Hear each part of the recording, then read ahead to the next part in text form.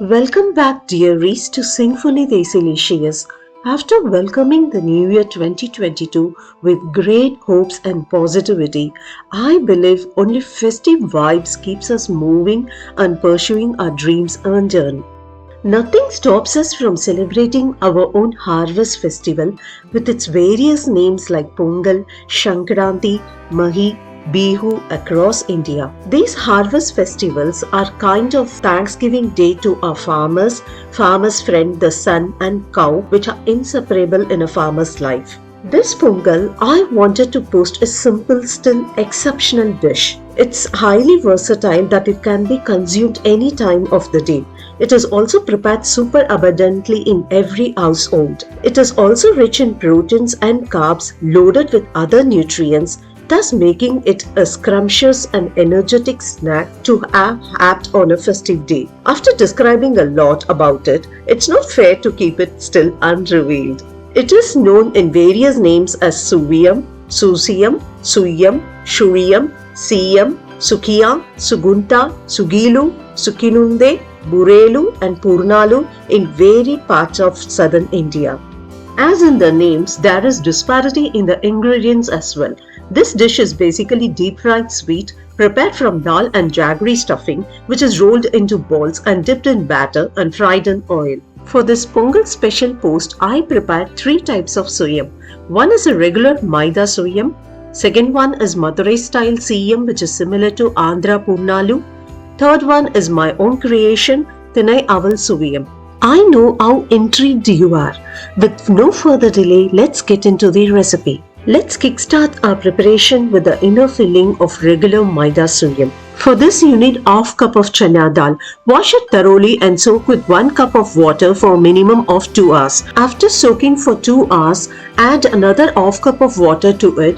Pressure cook the dal for almost 4 to 5 whistles. As I mentioned early, in few regions they use tur dal or green gram in the place of chana dal for the inner stuffing. Once the pressure is released, open and check if the dal is cooked. It should be easily mashable when squished between your fingers. If not, cook for a few more whistles to attain that texture.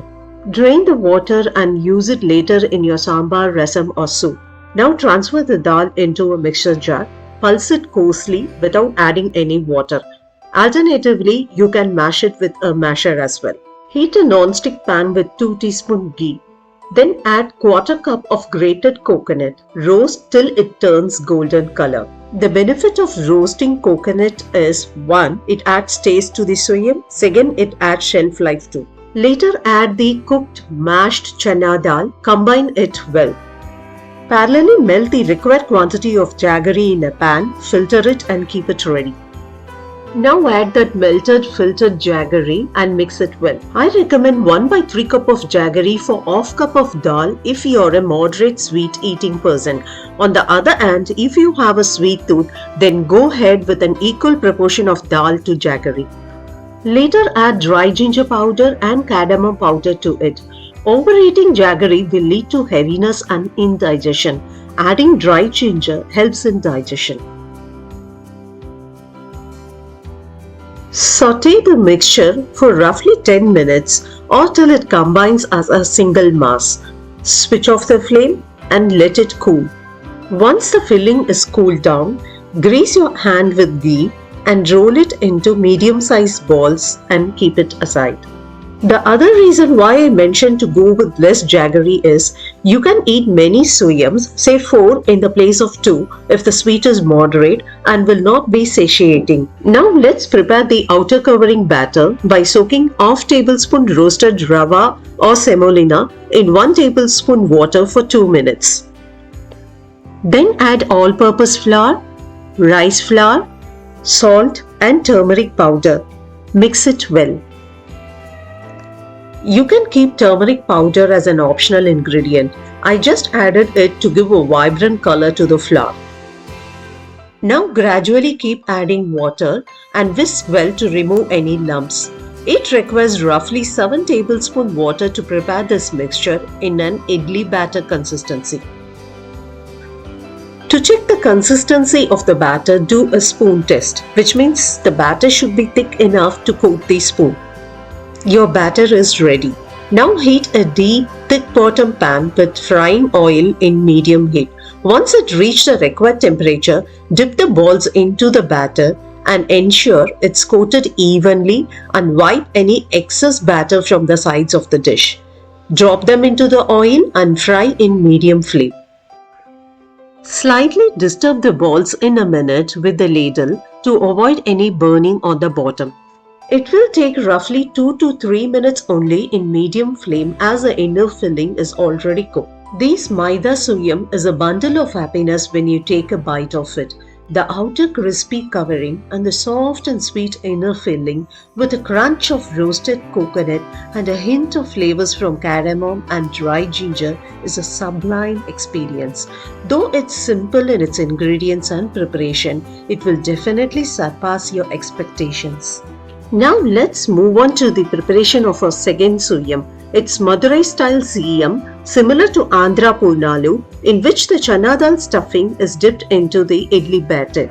Here I used the chana dal stuffing which I prepared for Maida Suyam. For the outer covering, it's as simple as just using your homemade idli batter or store-bought idli batter. The only criteria is that the batter should be thick, not runny like dosa batter. The batter has to be thick enough to coat the filling generously. Your Madurai style siyam is ready to serve. I referred it to Andhra Purnalu as in some regions it is prepared similarly with idli batter.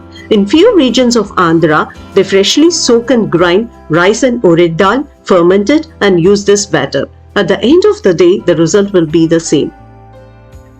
Super crunchy, crispy covering filled with soft, smooth, sweet chana dal stuffing is an absolutely sumptuous feeling.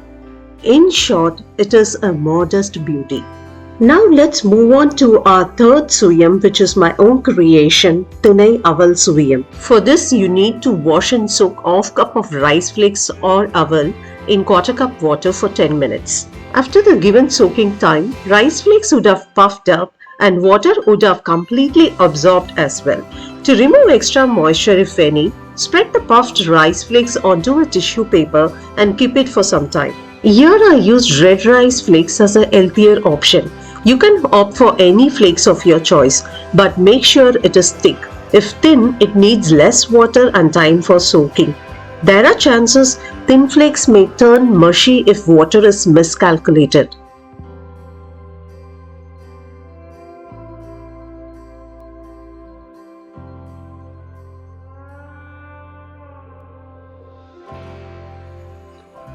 After removing the extra moisture, transfer it to a small bowl and try to mash it roughly with your hands or a masher. Do not use a blender. It's enough if you can mash it partially with your hands. Now take a pan and add the required quantity of grated or softened jaggery along with 1 tablespoon water. Melt it and smash any lumps with the back of the ladle. Jaggery just needs to be melted. It doesn't need any one string or ball consistency. Once melted, switch off the flame, filter it and keep it aside. Clean the same pan which was used to melt jaggery. Heat it with 2 teaspoons ghee. Then add quarter cup grated coconut. Roast it for a couple of minutes.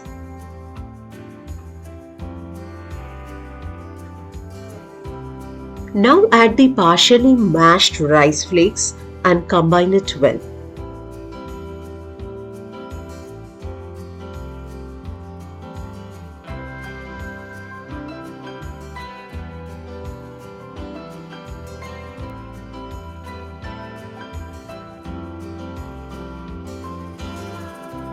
Add half teaspoon of cardamom powder along with the melted and filtered jaggery.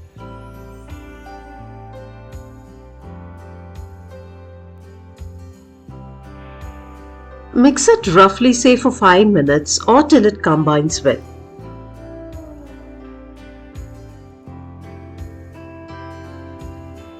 Finally add the chopped de-seeded dates and stir it well till it combines as a single mass.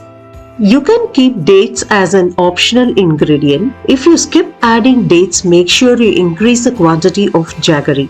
But trust me, dates will elevate the flavor and it's the best way to introduce or encourage your kids to consume dates. Once the mixture gathers as a single mass, switch off the flame, transfer it to a plate and let it cool. Once the filling is cooled down, grease your hand with ghee and roll it into a medium-sized ball. Here the ratio of rice flakes to jaggery to dates was 1:1:1 in terms of weight. Do not use this ratio in terms of a cup. Now prepare your outer covering batter by soaking half tablespoon roasted rava in 1 tablespoon water for 2 minutes. I added semolina to add more crispiness to the outer covering. If you are skipping it, then increase the rice flour for that mentioned quantity. Then add foxtail millet or thinai flour, rice flour, salt, turmeric powder. Mix it well.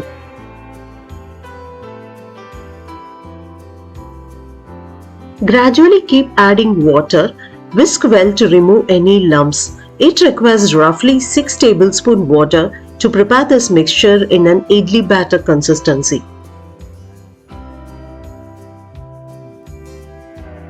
Heat a deep, thick-bottom pan with frying oil in medium-high heat. Once it reaches the required temperature, dip the balls into the batter and ensure it's coated evenly, and wipe any excess batter from the sides of the dish. Drop them into the oil and fry in medium flame.